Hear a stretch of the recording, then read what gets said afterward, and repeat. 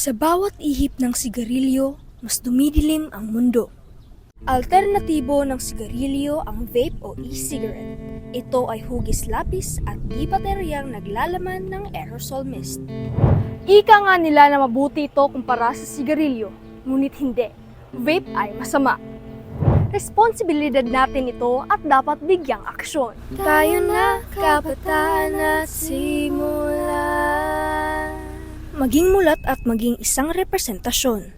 Magsaliksik ng mga alternatibong aktibidad upang tuluyang maiwasan ang vape.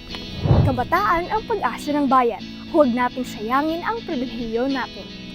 At higit sa lahat, pahalagahan ang sarili. Huwag magpadala sa peer pressure. Ang magiging bunga nito ay sisirain ang kinabukasan mo. Kabataan, hindi lang tayo ang kinabukasan. Tayo rin ang kasalukuyan. Puksain ang adiksyon para sa isang maningning na bukas.